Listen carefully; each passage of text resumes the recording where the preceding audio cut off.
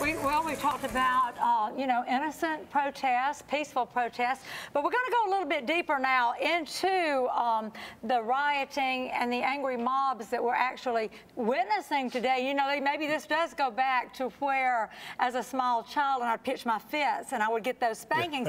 Maybe this is where those spankings did come in and help at some point, because what we're seeing now, where people are literally vandalizing, that doesn't accomplish anything. Right. Well, one of the things that that stand out to me, I remember back when they had the Baltimore riots. One of the things, I read a quote, and it said that behind the riot is the language of the unheard.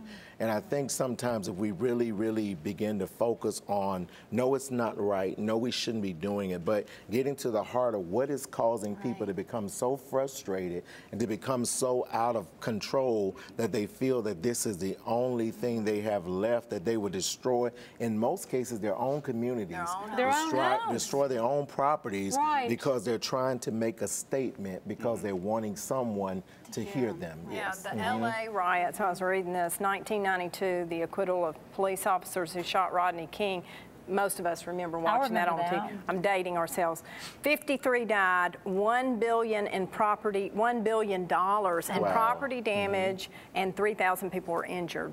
And the military was called in. Well, see, I happened to be in LA at that time, and so I went through that entire process, and there are so many things that came out of that. But one of the things that happened was, when I heard the news, I happened to be in my Jeep, and I'm driving down the street, and I could not hold it together. I started crying, and I had to leave the car on the side of the road and walk and just find myself on this wall, just sobbing uncontrollably.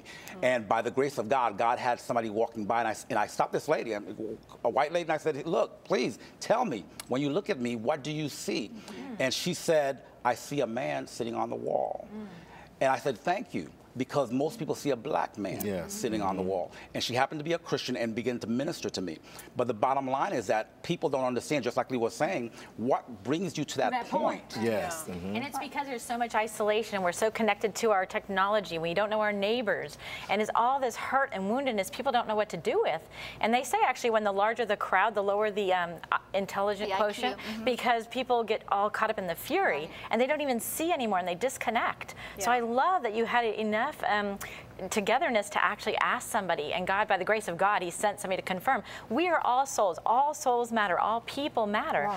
There's a place for protest because our voices need to be heard. Our founding fathers gave us that benefit, but it's how we use it as the right tool. And I think Martin Luther King, the way he had a dream, we still have dreams for America, and we have to do it the right way with a purpose and a passion, because God and country depends on this. Our America depends on it. I think, too, what we have to look at, too, the systemic approach of how it all pans out. And one thing that Dr. King quoted was, he said that a strike against justice anywhere, you know, or injustice, when we promote it anywhere, it's a strike against justice everywhere. So many times in our society, we see things happening, we don't stand up. You know, the church is too silent. You know, we have preachers that are too quiet. And what is happening is, you know, we are in a new dispensation. We have our millennials, we have our younger generation. They don't understand a lot of things about life. They don't understand a lot of things about coming into. So they're at this place now where immediate gratification, so they don't understand process. You got to go through the course. You have to write up things. They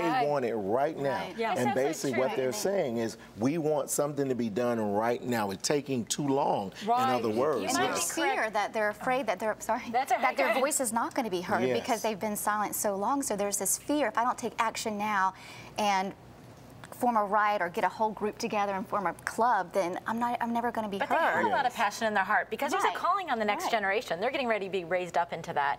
But to your point, I think we have some responsibility in that, and you all have already addressed it. What is truth?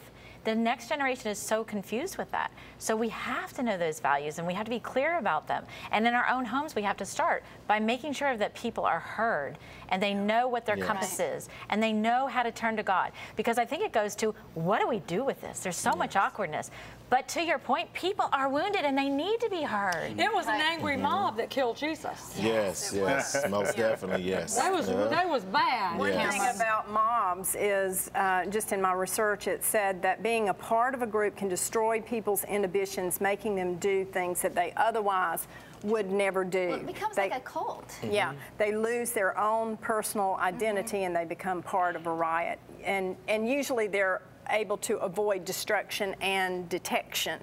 Yeah. In other words, once somebody breaks a window, it's very difficult to track that person down. Yes. Yeah. Do you know, I read in Acts 19 that the people often come together and they don't even have any idea why they're there. They just, I do believe there's a core group that has an issue and people think, so, you know, the telephone tree, if I told you what the issue was and you told Lee and it went down the line, it might be something completely distorted. Right. But to the point, the original issue and the original wound needs to be addressed, and we need a system that allows us to do that. Well, for that purpose, protest is good. Is that when those things come up, those who know what's right all should speak up. We're not all doing that. Because of fear. We don't want to see each other as people. Stay with us. When we come back, we're going to discuss how to stay safe if you find yourself in the middle of an angry protest.